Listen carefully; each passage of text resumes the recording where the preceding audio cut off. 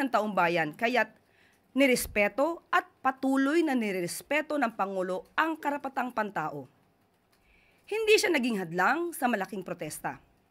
Naglahad ng galit ang tao laban sa korupsyon. Ngunit, kinukondena ng administrasyong ito at ng Pangulo ang paggamit ng mga kabataan na gawing mga tulisan ng mga grupong itinatago ang mukha sa likod ng itim na maskara. Team Itim kung maituturing. Hindi sila rallyista na may lehitimong adhikain laban sa korupsyon, kundi gumawa lang ng kaharasan, magnakaw, manunog, at manira. Hindi kayo makakalagpas sa kamay ng batas at ang mga tao sa inyong likuran na gumamit sa inyo. Mga gahaman sa kapangyarihan. Hindi kayo dapat paligtasin. Hustisya ang uusig sa inyo. Sa ilang gumamit ng foul language, nirerespeto ang inyong karapatang magpahayag. Pero may responsibilidad din kayong maging magandang ehemplo, lalo na sa kabataan. Ipinaglalaban natin ang tama. Idaan natin sa paraang tama.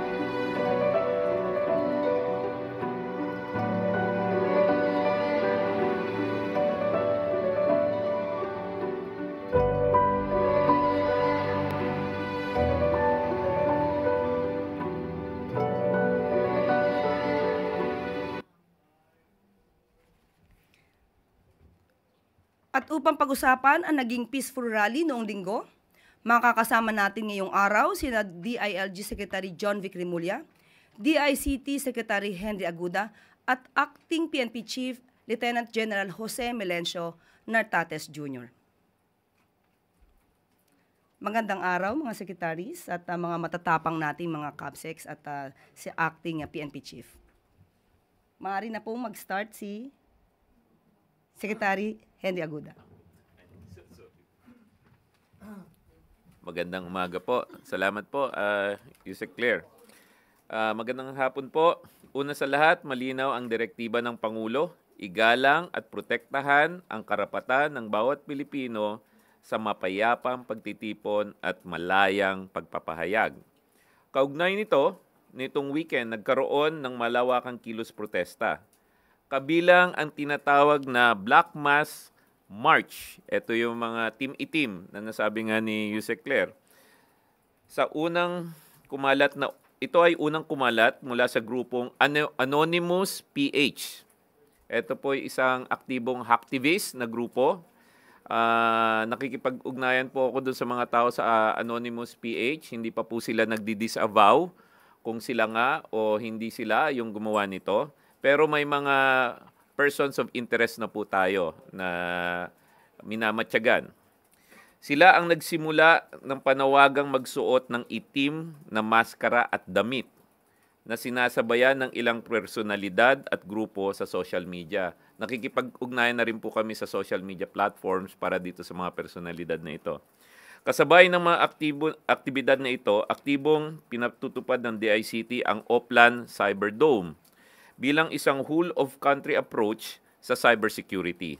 Sa ilalim nito, may mahigpit na koordinasyon sa mga law enforcement agencies para sa mabilis na tugon sa anumang online-to-ground na banta.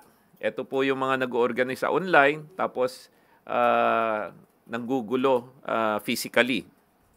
Pangalawa po, katuwang ang mga telco at social media platforms sa pagbabantay laban sa posibleng paggamit ng internet para sa karahasan. Aktibong nakilahok ang cyber community rin po at mga pribadong cybersecurity groups upang tiyakin ang seguridad ng ating digital space.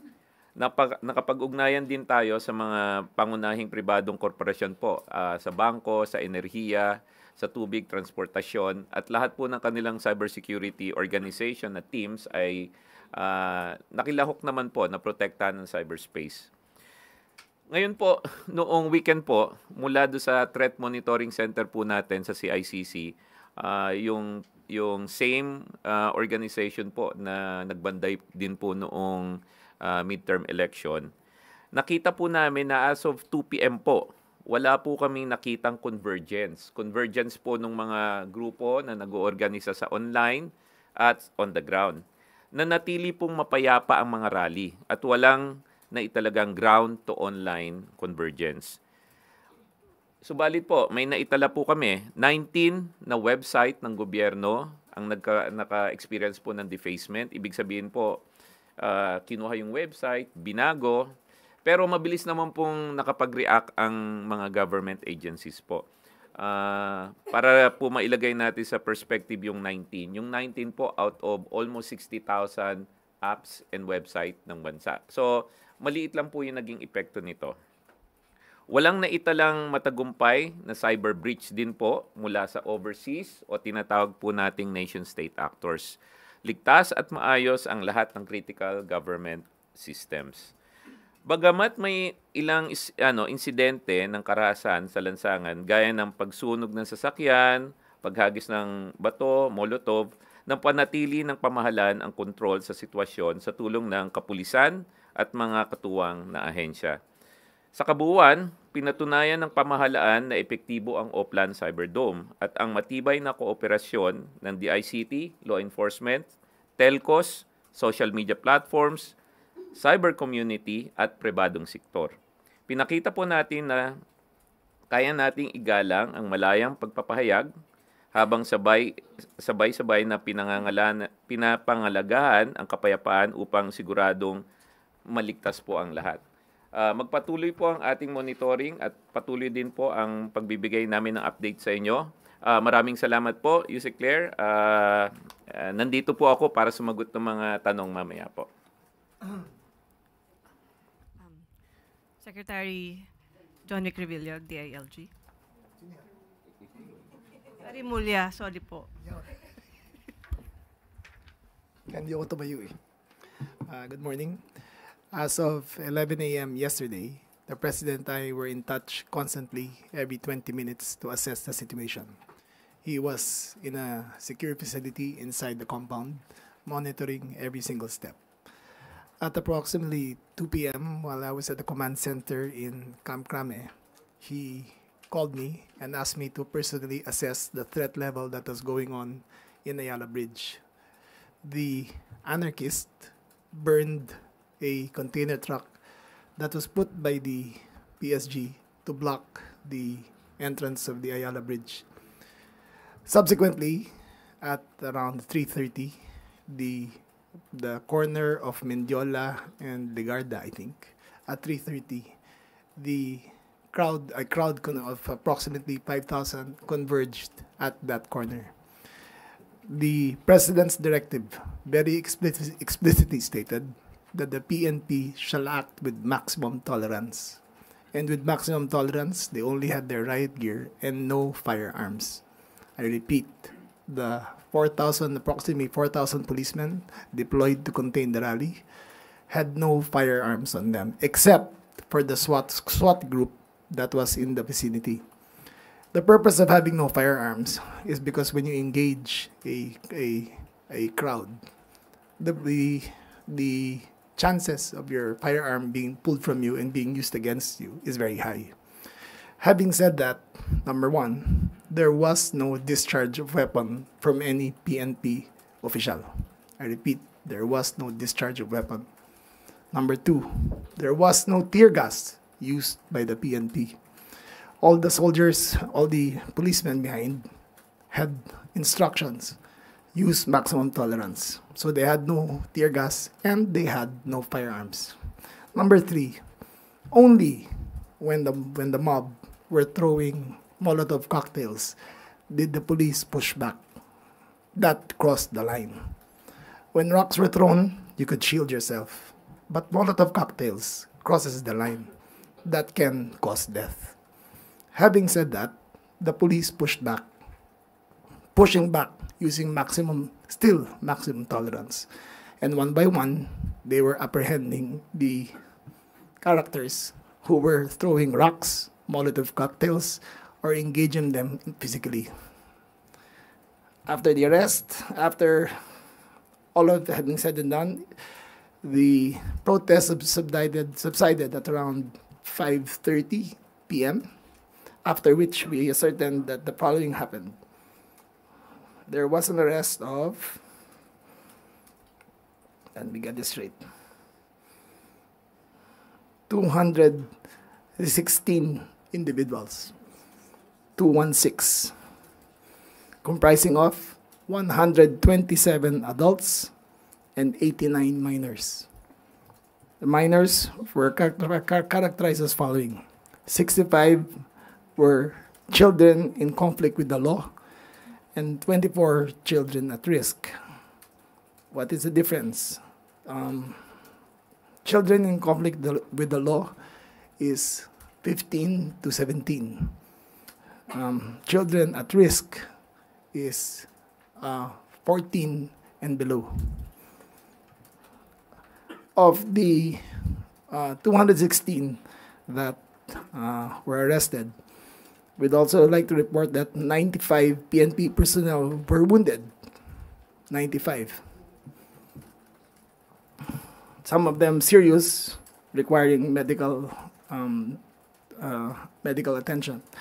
They were brought to the PSG station here in Malacanang and also to the PNP General Hospital for further treatment. Now, I would like to commend the PNP for their performance yesterday. They acted according to law. They acted according to instructions. I would like to debunk the rumors going around that someone died, that there was a death. There were 0 casualties. I repeat, there were 0 casualties. What is spreading around in social media is fake news. There were, however, people who got hurt. None of the protesters were seriously hurt. I repeat, none. By seriously, I mean that they would have to be hospitalized. The police got hurt more than the protesters. And that is something notable to everyone. Nakakaawa po ang mga pulis natin. Binuhusan ng tubig galing sa kanal. Binato ng hollow block. Binato ng Molotov cocktail. Nasusunog sa tabi nila. Pero ganun pa man, walang ginamit na dahas laban sa mga realista. Sayang naman ang efforts ng buong Pilipinas na nagprotesta. The 65 or so thousand that protested and aired their grievances, which the President duly respected their right to do so. Their right to grievance was marred by maybe a group of 1,000 hooligans who wanted nothing but to spread anarchy. The first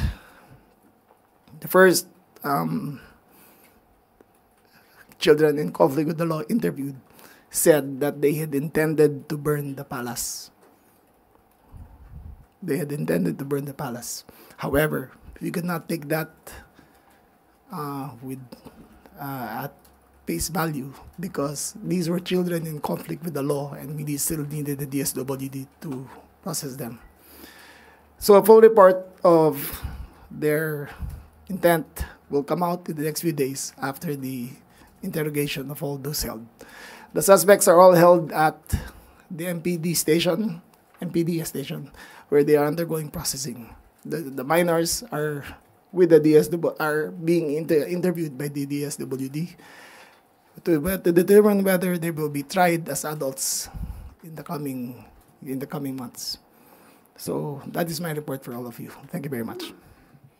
Next, we have Acting PNP Chief Lieutenant General Jose Melencio Nartates Jr.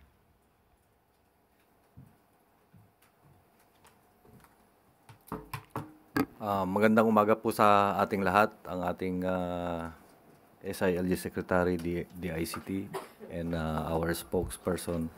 Magandang umaga, and our press from Malacanang. Okay. Sinabi na po ng ating butihing SILG, John Vic Remulla ang pangyayari.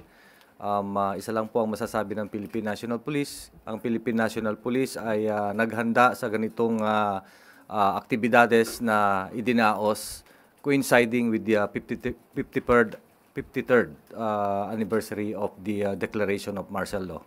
And with that preparation, we have utilized about 50,000 nationwide na kapulisan. Those half of it or half of those police were in Metro Manila.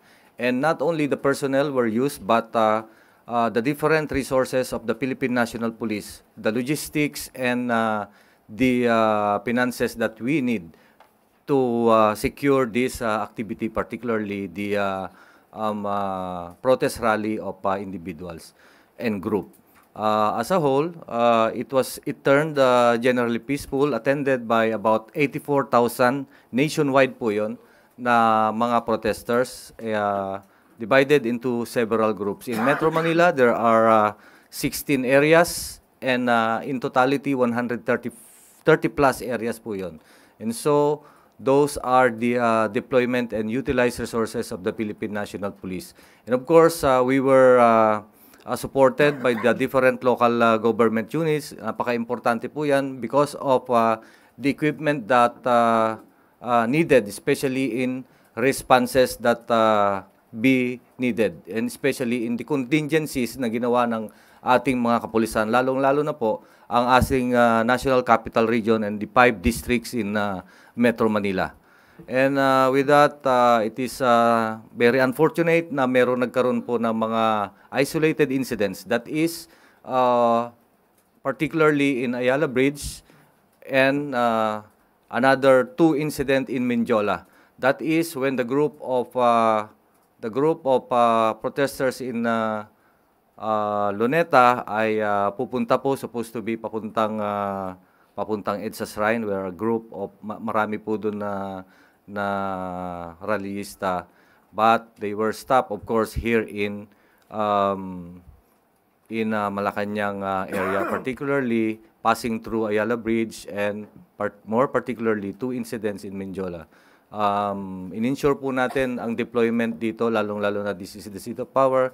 Nandito po ang kanilang pinupunteriya, nandito po ang Malacanang area. And so, hindi po sila nagtagumpay sa kanilang pinayagan po natin silang makapasok sa Mindiola at a distance, but they have pushed their way going inside. And so, with that violence, so unfortunate na nagkaroon ng violence, ng bato, and so forth, leading to arrest of a bunch of tignan natin terorista kung tawag doon, and or word ng ating butihing secretary, that breach the peace and order, especially kokonti lang sila, about they're monitored to be about 300. It is very unfair for the rallies, particularly nandun sa Luneta and nandun sa ating EDSA Shrine and People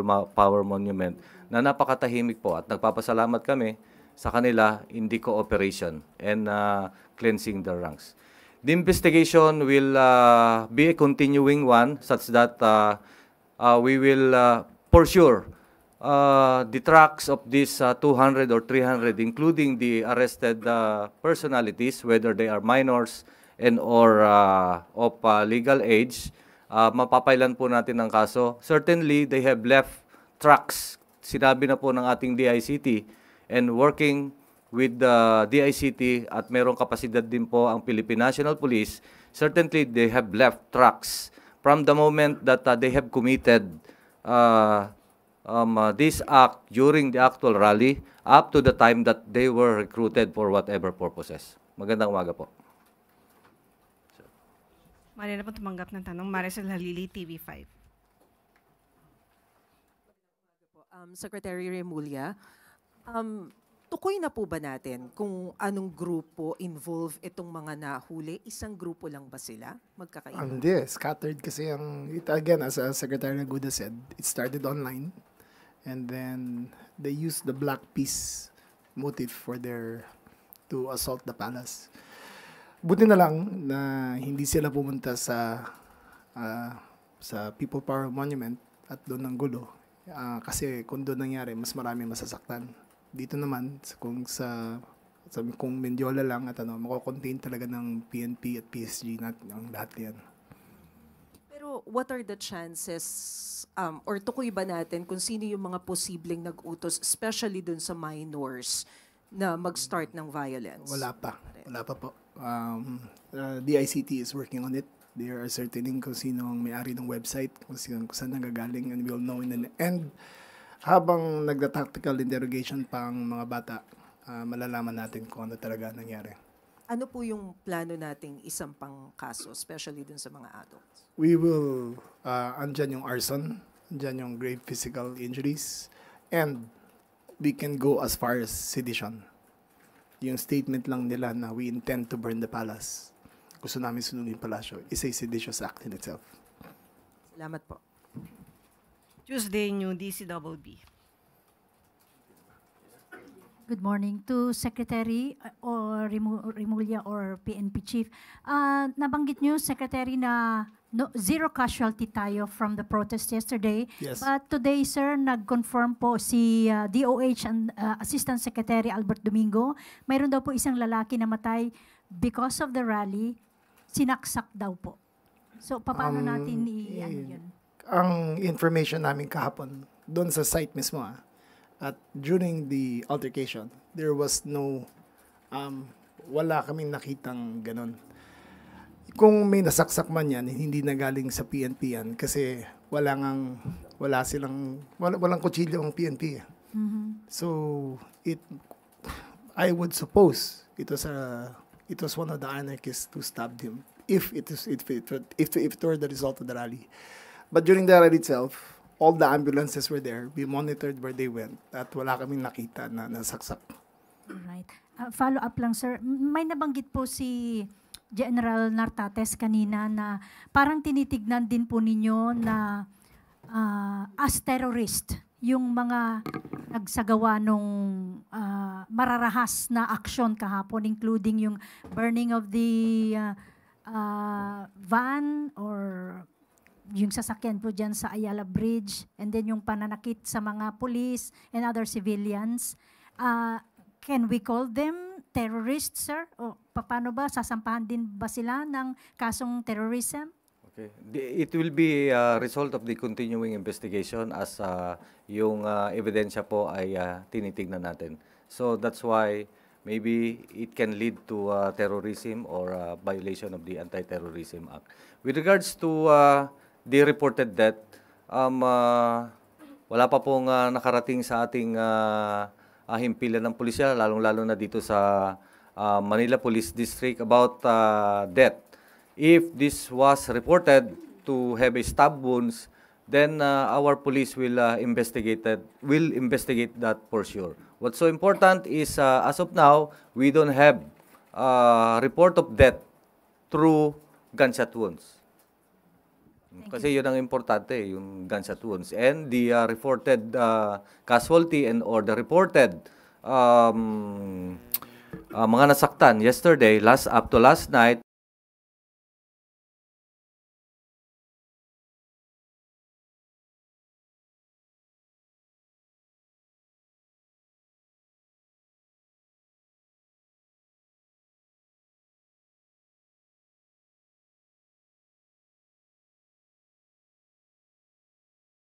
were contusions and lubo na mahaba na medyo sharpen dun sa dulo. So that caused these lacerated wounds and a lot of contusions from among the not less than 70 police. Thank you, sir. Sunod, Alvin Baltasar, Radyo Pilipinas. Good morning po, Chief PNP, or DILG Secretary can answer also. Secretary General Nartates, even before na nangyari ito, yung kahapon, meron na ba tayong intel report na natatanggap na may ganitong mangyayari? And nakuha ba sa Intel report na may plano talaga lusubin ng Malacanang? Yes, we had in the Intel report, and that's why an additional phalanx of security was introduced into the roads leading to Malacanang. We knew that they would try, they would attempt. We knew that we had the suspicion that they would use violence. Pero ang directive talaga ng ating Pangulo is use maximum tolerance. We will not allow anarchy to prevail over the government. So, ginawa namin ang lahat at nagtagumpay naman yung plano namin. Secretary, follow-up lang dun sa sinabi niyo kanina dun sa mga naaresto. Can you give us a profile ng mga naaresto? Taga saan ba sila? At ito ba ay hinakot? We'll know more after they are processed kasi isa-isa kinakausap yan. But most are from Manila. May malapit lang na lugar. Naglalakad lang sila eh. Nakikita namin naglalakad lang. Papasok-pasok. So most are from Manila. Secretary, isa na lang. Sa isang interview, sinabi ni Manila Mayor Isko Moreno na yung gulong nangyari kahapon, ang nasa likod, isang dating politiko at saka isang abogado.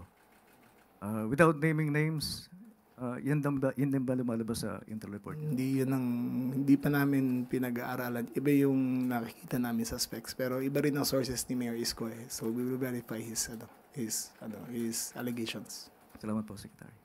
Sunod, Clisel Pardilla, PTV4. Good morning po, Secretary. Secretary, you've mentioned earlier na posibleng may nag-utos. Does it mean that some of them were paid? We are studying the matter. Sa ngayon, wala kami nakitang pera na malaki naman na hawak nila.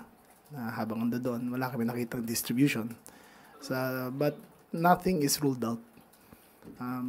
Na according to the chatter na nakikita namin, pinag-aaralan pa namin. Pero mayroon kaming isang narinig na rally doon sa Bonifacio Monument, sa Liwasang Bonifacio, na sinabi nung na may hawak na mic, sandali na lang, pupunta na tayo na Mendiola, dalahin nyo na ng mga lighter nyo. So, that was a confirmation na they had intent to burn the palace. Kay Secretary Aguda, sir, ano-ano pong mga major websites ng government yung nahack? At can you confirm na wala naman pong personal information ng ating mga kababayan yung nakuha? Thank you. So of the 19 na nabanggit ko na deface, karamihan yun LGUs. 4 yung NGAs or national government agencies. Yung mga na-compromise naman sa kanila, like training modules, complaint platform, etc. So, and all of them naayos kaagad. Kasi prior to this weekend, we already have a list of government agencies na nasa target list nila. So yung 4 na yon, inconsequential yung nangyari sa kanila. The other attacks na ginagawa nila is DDoS. They're trying to overwhelm some of the websites. And so far naman, madali namang naayos. To date, wala pa kaming verified report of exfiltration. So wala pang personal information na nawala. And siguro idadagdag ko na rin doon sa sinabi ni Chief kanina, on the terrorism side. Yung pong, kung mapatunayan po na terrorist yung crime, na terrorism yung crime na nagawa, yung pong nasa mga online, yung mga nag-organisa po sa online, gumamit ng digital platform to result into violence, kasama po sila. Hindi ko mawala sila physically doon, hindi sila damay. So damay sila kasi nagsimula po yan, nag-organisa sila online eh. Salamat. Sunod po, Christian Yusores, DZMM. Good morning po. Pwede po si DILG or sa PNP Chief, sir. Are we expecting po ba na may karagdagang mga police sa mga kalsada natin in the coming days or weeks following the incident kahapon? Kasi po baka may mga, ang pangamba po ng ilan, baka po maulit-ulit yung nangyari kahapon. May mga mambulaga po ulit na sumugod dito po sa vicinity or compound po ng Malacanang. Okay. The presence of police officers on the street is a continuing one. Lalong-lalo na, we deploy police officers according to pangangailangan. So, for example, here in Metro Manila, we heightened our alertness and we increase visibility, especially on threats like, for example, in a vital installation. Number one is Malacanang, and then so we will increase the number of public safety forces here, especially the police. Sam Mendinilla, Business Mirror.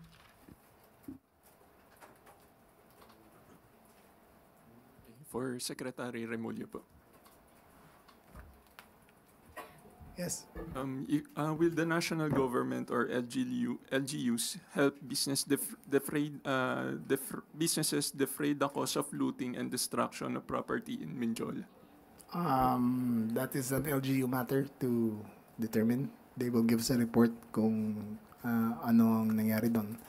But from our assessment, there were 2 motorcycles that were burned. There's one Stardex van that was burned also, and the Sogo motel was raided and their cash vault was taken with them.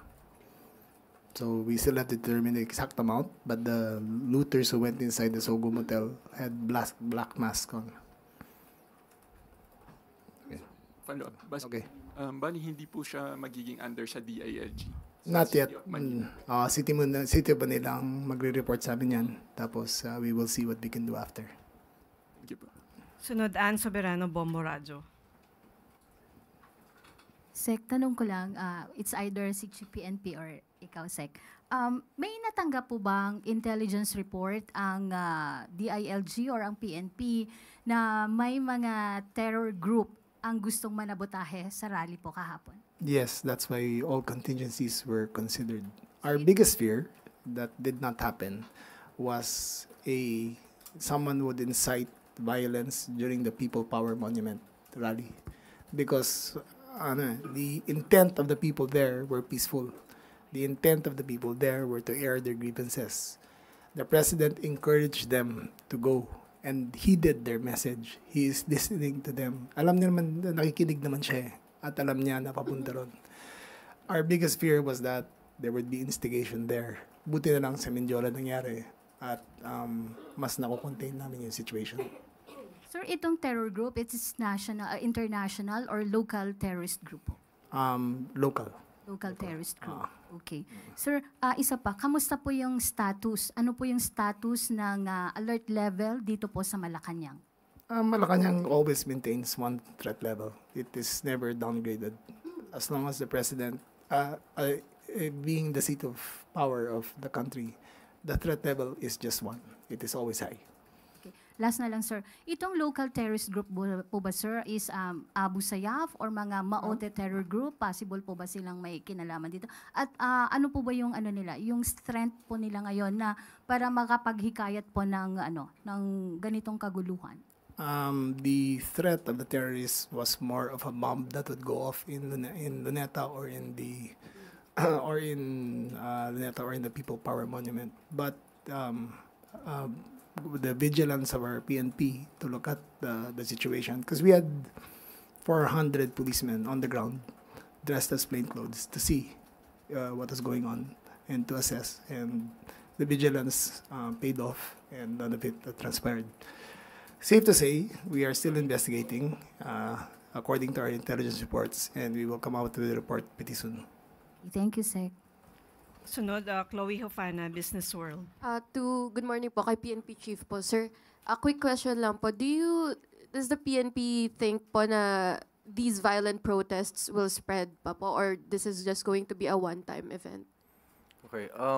Katulad ng sinabi, if there were intelligence report about terrorism or act of terrorism, here in Malacanang area specifically, sagutin ko uli kanina, this is the seat of power, whether there is no threat or there is threat, these premises, this vital installation is given the highest security Okay? So nandito po ang PNP, nandyan po ang Armed Forces of the Philippines, lalong-lalo na yung Presidential Security Command.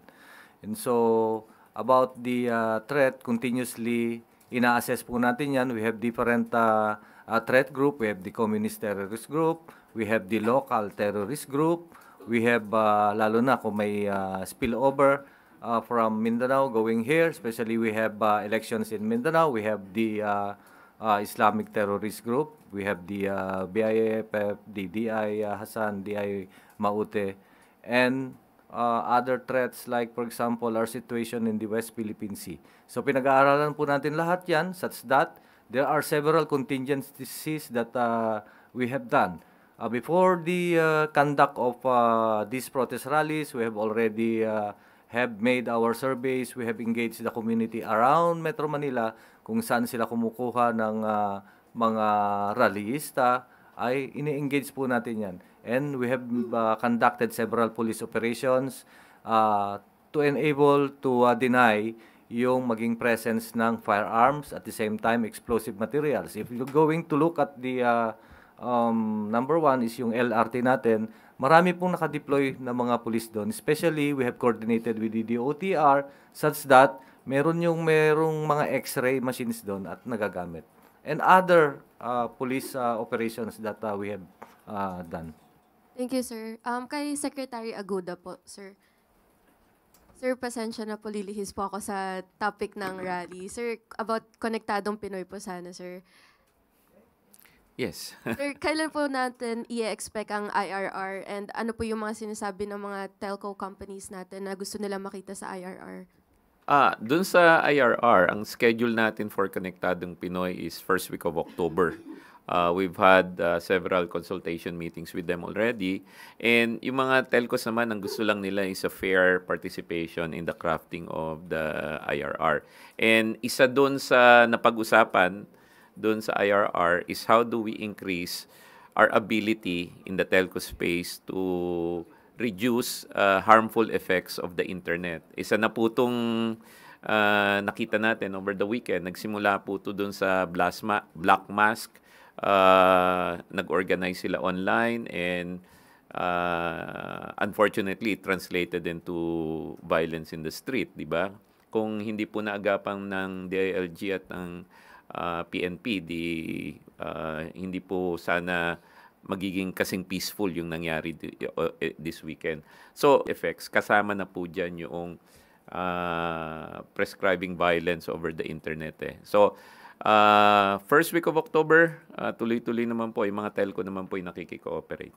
Thank you, sir. Follow-up na lang po. May mga foreign telco companies na po ba nag-express na gusto nila pumasok sa Philippine market? Meron. Siguro may 3 malaki. Hindi ko na pangangalanan dahil ayaw nating alam mo, pangunahan sila. Pero marami ring local.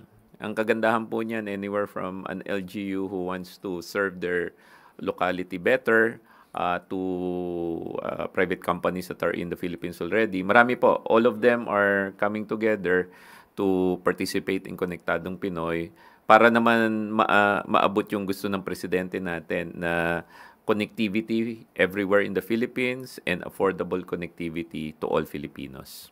May range po kaya tayo, sir, kung ilan? Ang mag-a-apply, yung gusto, siguro more than a dozen na yung nag-express.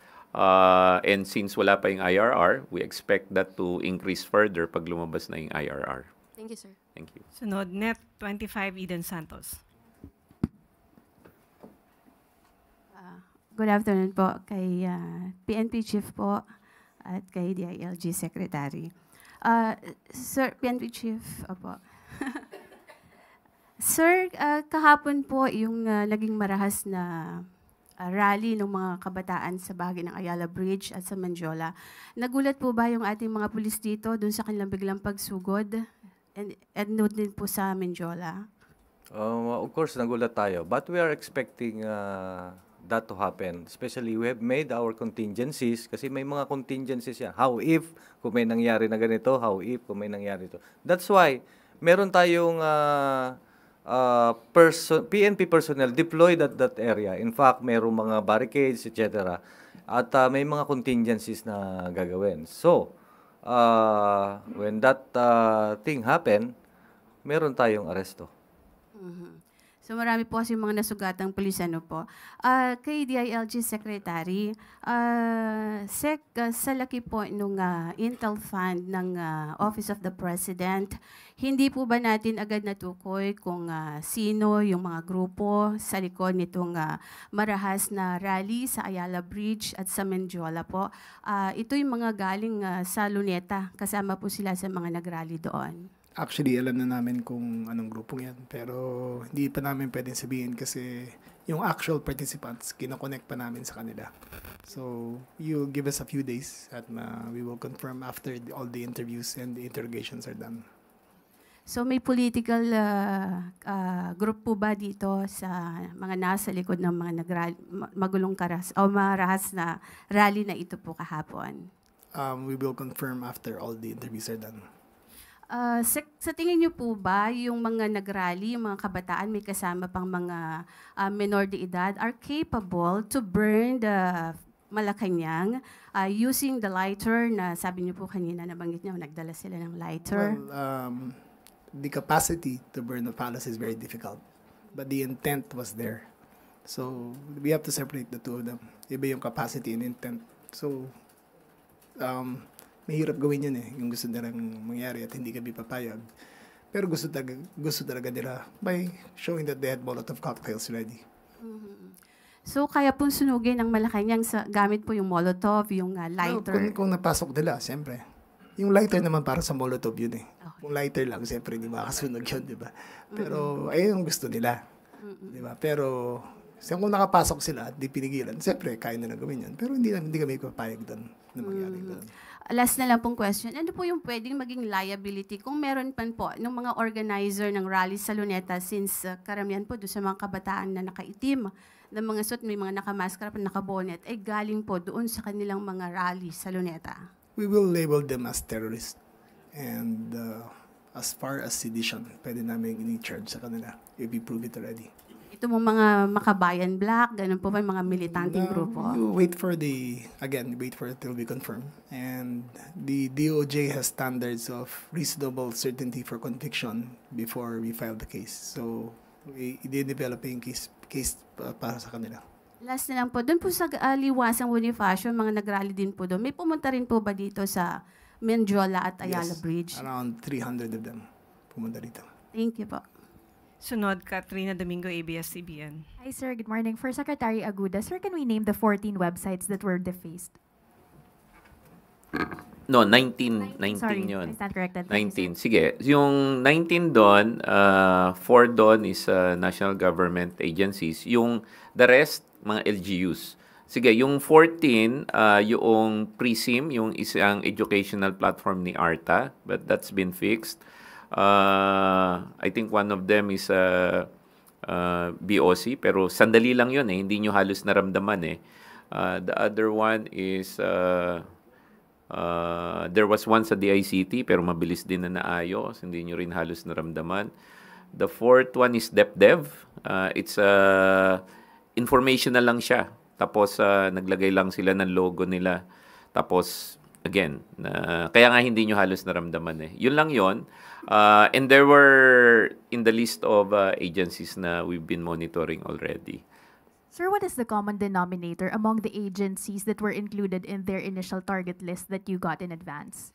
So, ang common denominator is the actor called an Anonymous PH. So, doon namin na track down. And the chatter in the cybersecurity community is pointing to them. Although I've reached out to them, sabi nila hindi daw sila. So sabi ko, disavow nyo. Well, there's a person of interest right now that we're pursuing. We're coordinating with the law enforcement. And yun na lang, in the next coming days or weeks siguro, we'll give you an update. So yun yung common dun sa mga yun. Sir, but as for the intent, what is the common among these websites? Bakit sila po yung napili na 19 among the many government agency websites? Kasi yung all the other government websites started reinforcing their cybersecurity platform. Hindi mo kasi masabi kung may na-implant na sa loob yan before eh. I think what they tried to do is kung sino lang yung mapasok nila, yun na yung pinasok nila. There's no common intent. There's also breaches na nangyari over the weekend. No, not breaches, attempts to breach. 1.4 million yung nakita namin na attempts. Ang dami niyan. And kung makikita nyo, 4 lang yung nakalusot. So, kudos to the people of the CICC from the ICT, tsaka yung Cyber Bureau natin, at tsaka yung NCERT, and together with the law enforcer. So, they started working as early as last week pa to secure all of this. Sir, may na-trace na rin po ba kayo kung saan nanggaling yung disinformation campaign surrounding the rallies yesterday, especially dun sa Recto and Mendiola? Yeah. So, again, Anonymous PH. Pero yan kasi isang community ng hacktivist yan eh. So, it's a collective. So, kami naman, ayaw naming pangunahan kung sino yung individual na yon kasi we need to verify. But it's not one person, it's a group, it's a collective. And matagal ng ano naman yan eh, gumagalaw sa Pilipinas yung mga yan. Tapos, may mga from the outside pero hindi naman nakapasok. Nag-attempt lang po pero hindi naman nakapasok sa Pilipinas. That's why no successful breach can be traced to a nation actor or an overseas entity. Sir, last from my end, can you give us a brief profile, even in broad strokes, nung person of interest nyo na tinitingnan? Well, he's in country. Yun lang siguro.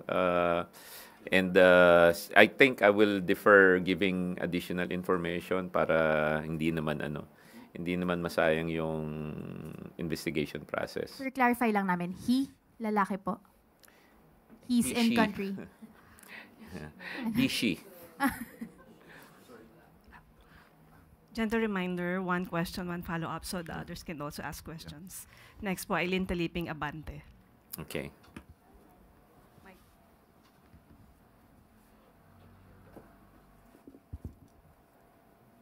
Kay Secretary Remulla po. Sir, ano ang liability nung nagsalita sa SSRI na magdala ng lighter doon sa nangyari kahapon?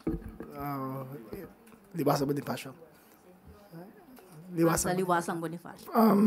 It can go from arson to sedition. So we are studying the matter. Another question. Nawagan si Chavez Singson nitong weekend sa mga kabataan na lumabas at sumama sa rally para maramdaman ng gobyerno yung disgusto. May impluensya ba yung panawagan niyang yun sa nangyari kahapon? Siguro siya lang makakasabi nun, hindi kami. And we're happy that he asked the youth to come out kasi ayun nga ang purpose nun eh, to air their grievances.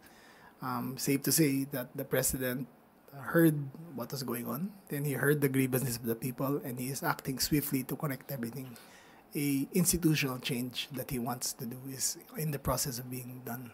Di ba yung matatawag na inciting to sedition? Hindi naman. Panawagan na Nang imbita lang naman siya na pumunta sa rally. Hindi niya man sinabi na ipabagsak ang gobyerno o may patayin na tao. Hindi naman siguro. Okay, thank you, sir. Sunod, Ms. Elgiang, All TV. Hello po. Good afternoon, Secretary Remulla. Question lang po. Records show that there are around 70 policemen who were wounded. 95, I think. Sorry, 95 Yeah. Yes. policemen were wounded. Given this fact, Secretary, can we still say that the September 21 protest was generally peaceful? Yes, because none of the legitimate protesters were hurt in the sites all around the country. It is only a few who tried to incite violence near the palace that were arrested.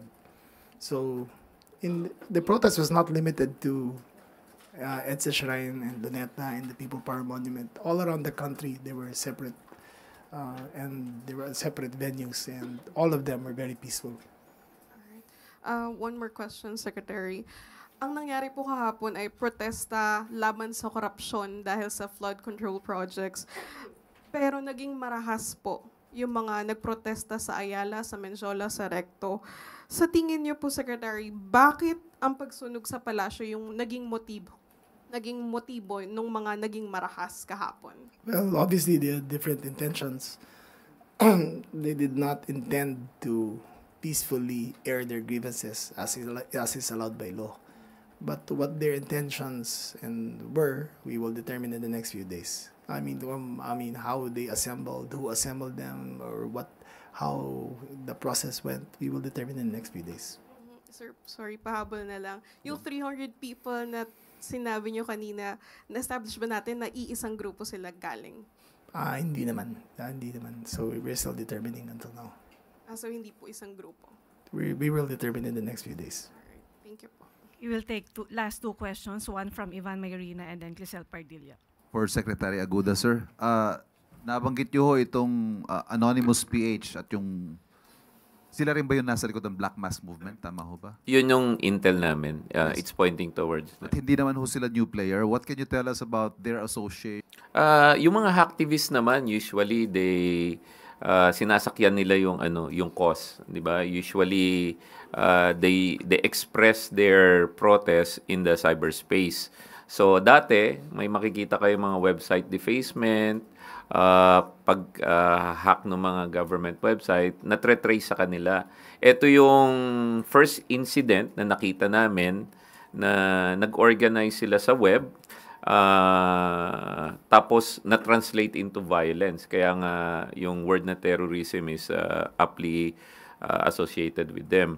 Para lang mabigyan kayo ng konteksto, last week pa po, through working with the telco and the social media platform, sila CICC po, trinatrack na yung Black Mask na movement.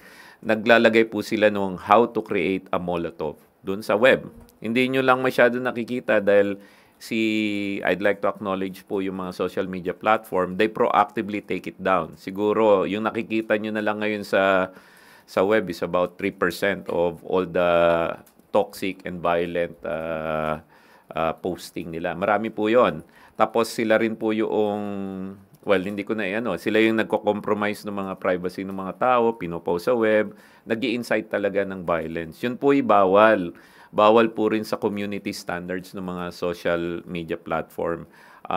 And yun na nga, our intel is pointing to that organization. It's a collective. So it's not one person, not one organization, but we have, as I've said, some persons of interest already.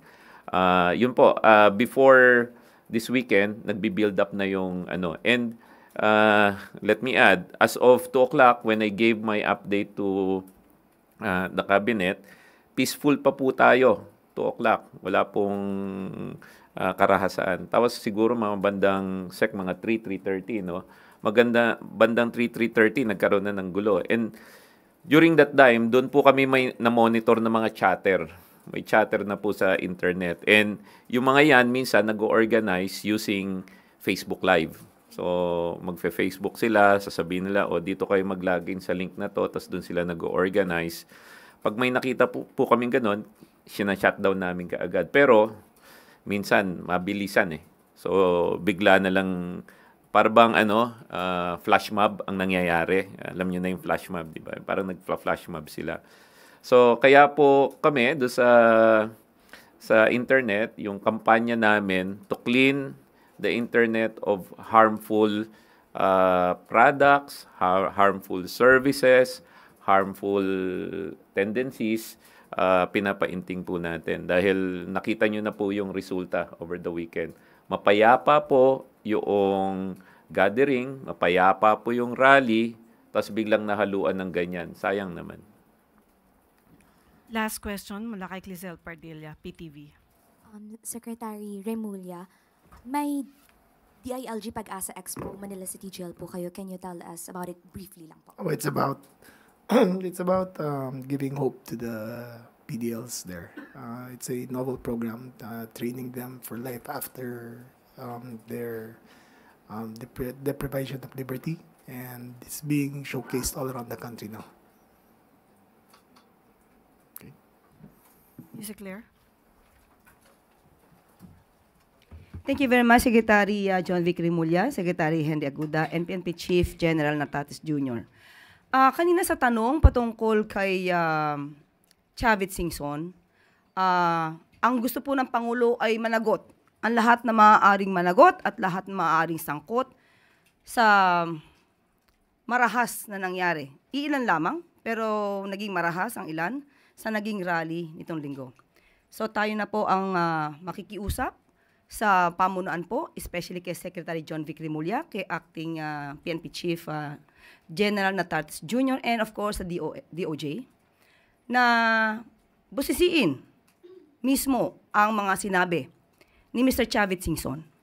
Dahil doon, inakit niya ang mga kabataan, especially high school students, college students, at karamihan dito malamang ay mga minor de edad, upang malaman nila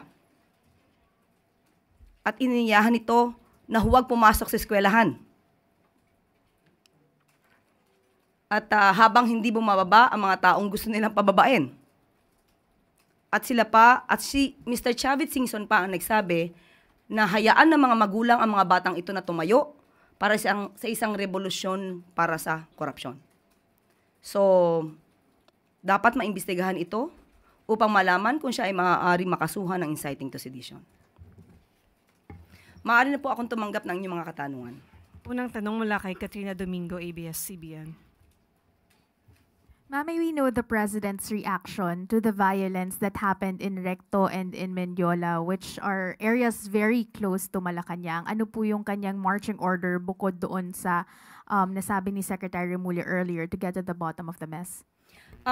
Muli, nasabi na rin po ni Secretary John Vic Rimulya, pati na po ni PNP Chief, Acting PNP Chief General Nartates Jr. kung ano po ang dapat na gawin. Maaring hindi ito mangyayari isang beses, pero mas gugustuhin natin na hindi na muling mangyari. Pero handa po ang kapulisan at ang administrasyon sa mga ganitong pangyayari. So, wag na po sila ulit magtangka. Ma'am, just a follow-up question. Maliwanag po yung naging panawagan dun sa mga legitimate rallies. They want accountability. They want politicians, all corrupt actors to be jailed. What policies are being drafted or put in place to make sure that the President heeds the call of the public to have concrete measures against corrupt actors?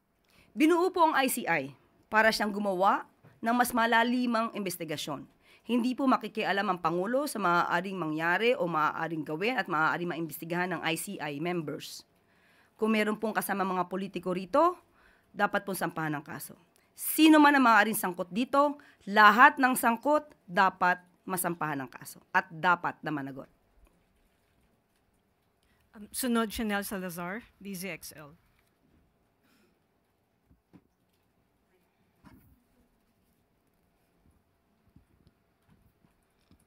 Good afternoon po, Yusek. May ilang magulang po na nasa harap ng Manila Police District na nagsasabi na yung mga nahuli daw po na anak nila ay hindi po kasama sa gulo at nadamay lang po, kaya po naaresto. Ano po ang reaksyon ng Malacanang dito? At plano po bang papanagutin ng pamahalaan itong mga magulang if ever mapatunayan po na sangkot yung kanilang mga anak na minors doon sa nangyaring gulo? Unang-una po, iniimbestigahan pa po ito.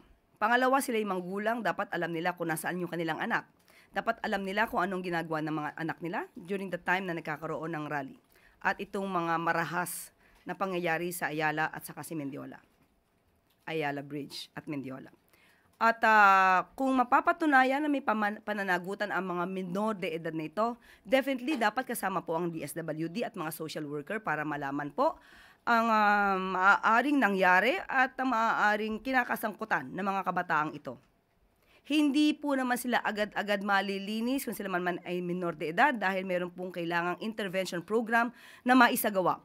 At kung sila ay 16 years old hanggang 17 years old, at maaari po silang makasuhan at kung mapapatunayan na they acted with discernment at makikita po na alam nila ang kanilang ginagawa, maaari po silang masintensyahan pero magkakaroon ng suspended na enforce ng anumang penalty na ipapataw ng korte. At maaari lamang itong isagawa kapag umabot na po sila sa edad na 21 years old. Sunod po, Maricel Halili, TV5. Magandang tanghali po, Yusek. Although it was mentioned already earlier that the President stayed in Malacanang yesterday, may we know who was with the President while he was monitoring? Ano pa po yung naging activities niya kahapon? Whole day po ba siya sa Malacanang lang? Sinabi na nga po kanina ni Secretary John Vic na siya ay nasa secured place sa loob ng compound at kung sino man po ang mga kasama niya ay hindi na natin muna ito masasabi. At opo, maghapon po siya nag-monitor. And may we know kung ano-ano na po yung activities ni PBBM today? Business as usual na ba siya? Opo, nagmamonitor na po siya dito sa Bagyong Nando at babanggitin ko na po ang kanyang statement. Nakatanggap tayo ng mga ulat mula sa iba't ibang probinsya ukol sa Bagyong Nando. Malalakas ang hangin na nararanasan ngunit sa ngayon ay hindi pa malakas ang ulan. May mga isinasagawang preemptive evacuation at tinutugunan agad natin ang pangangailangan ng mga nasa evacuation centers. Mahigpit nating minomonitor ang sitwasyon at nakaalerto ang lahat ng ahensya ng pamahalaan upang makapagbigay ng tulong saan man at kailanman kinakailanganin or kakailanganin. Yan po ang mensahe ng ating Pangulo. Sorry, ma'am, last na lang. Does the President plan to visit NDRRMC or meron ba siyang mga private meetings today? Ngayon, ang sa ating pagkakaalam ay dadalaw po siya sa NDRRMC at abangan na lamang po natin. Salamat po. Sunod, Chloe Hafana. Good afternoon po, Yusek. With public unrest rising, what is the plan to protect domestic and foreign investment from reputational risk? And what assurances can the palace give to investors that corruption risks are being addressed effectively, especially after the President's pronouncement po during his SONA that foreign investors should go to the Philippines? Well, anyway, we all know that investors want to invest in countries whose leaders fight corruption, whose leaders are willing to put in jail people who are corrupt. And that is what the President is doing right now. Siya lamang po ang presidente na nagpapaimbestiga ng malawakang anomalya, especially itong flood control projects, kahit sa panahon ng kanyang administrasyon. Wala sino man sa ngayon na nalalaman tayo na pinaimbestigahan niya ang sariling administrasyon. Lahat halos ay nagmamalinis. Pero ang Pangulo ay matapang na lumabas upang ipaalam sa tao ang maaaring pang-aabuso sa kaban ng bayan. So sa tingin natin, with that, we believe na lahat ng investors masahangaan ng Pangulo dahil lumalaban sa korupsyon. Thank you, ma'am. Sunod, Christian Yasores, DZMM. Magandang hapon po, Yusek. You mentioned kanina na open kayo dun sa possibility na baka maulit-ulit yung mga protesta kahapon. Ano po ang marching order ng Pangulo sa mga law enforcement agencies kung sakaling mag-spill over in the coming days or weeks yung mga ganong type po ng protesta na nangyari kahapon? Gayon pa rin po. Handa pa rin po ang ating kapulisan, handa po ang administrasyon sa mga ganyang klaseng laban, at hindi po patitinag ang ating Pangulo sa mga ganyang threats. Sunod, Ivan Mayrina, GMA News. Yusek, lilihis lamang po ako ng konti. The PCIJ came out with a report that shows the President got millions in campaign contributions in 2022 from contractors while they had ongoing contracts with the government. And these contractors eventually got significant rise in public works contracts awarded to them in the last 3 years. How does the palace respond to this, especially since this is in violation of the Omnibus Election Code? Let the COMELEC do its job. Investigate. And if the evidence points to the President, sinasabi ho niya, there should be no sacred cows in this investigation, even if it eventually leads to him? The President is willing to be investigated. Thank you. Ivy Reyes, Bilyonaryo. Yusek, sinabi niyo po sa interview niyo kahapon na kahit matamaan yung administrasyon ni President, he opened this probe in the spirit of accountability. So is he willing to submit himself to the ICI? Should he be probed for the 20 million he got from the contractor na donor po niya? Opo, matapang po ang Pangulo at alam po niya ang kanyang ginagawa at kung ano man ang maaari maimbestigahan dito, hindi rin po niya i-excuse ang sarili niya. Sunod mula kay Evelyn Quiroz, Pilipino ngayon. Good morning, Yusek. Sa mga investigasyon po sa Senado at sa House of Representatives, parang lumilitaw po na si Congressman Saldico po ang parang contact point sa investigasyon na ito. May impormasyon po ba ang palasyo kung nasaan po siya ngayon? Si Mr. Saldico, si Representative Opo. Saldico. Sa ating pagkakaalam, wala po sa ngayon. Tatanungin natin ang Pangulo kung may alam siya. Pero sa ngayon, wala po tayong nalalaman na anumang impormasyon patungkol siya. Kung sakali po ba ay pwede po bang willing ang Pangulo na parang mag-reach out naman po kay dating Speaker Martin Romualdez na siya pong Speaker nung panahon niya na pabalikin na po sa bansa para magkaroon po ng linaw ang mga investigasyong ito? Sa ating pagkakaalam, meron na pong binigay na order si Speaker D, House Speaker D, na siya kailangan nang bumalik in 10 days. So, nandun na po yung utos. Hindi na po kinakailangan ng Pangulo ang mag-utos dito. Si Congressman Saldico naman ay under po kay House Speaker. At kung hindi po siya tumalima sa 10 days, sa tingin niyo po ba may criminal liability po ba ito? Anong liability po ni Congressman Saldico? Thank you Kung po. criminal liability sa hindi niya pagbalik, wala naman po tayo nakikita mag-aaring criminal liability. Pero baka maaari niya pong sapitin ang nangyari kay Congressman Teves. Kung yun po ang magiging aksyon ng House of Representatives. Sunod mula kay Michelle Gilang, All TV.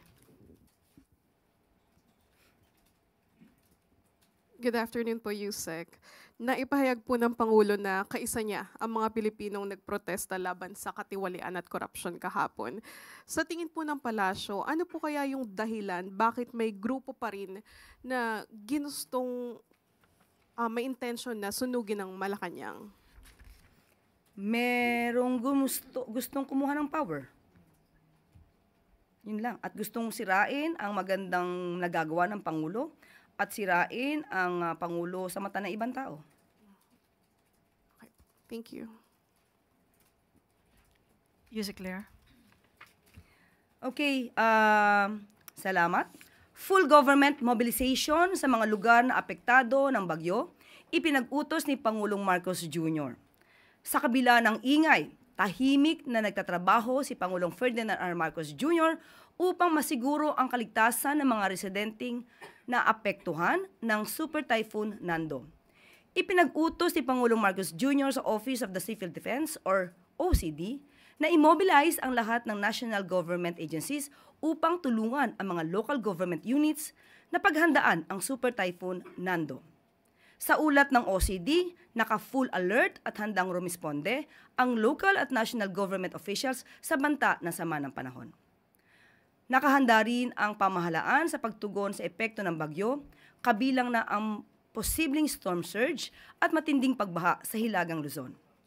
Pinapayuhan ang publiko na manatiling alerto, sumunod sa opisyal na abiso at makipagtulungan para sa kaligtasan ng lahat.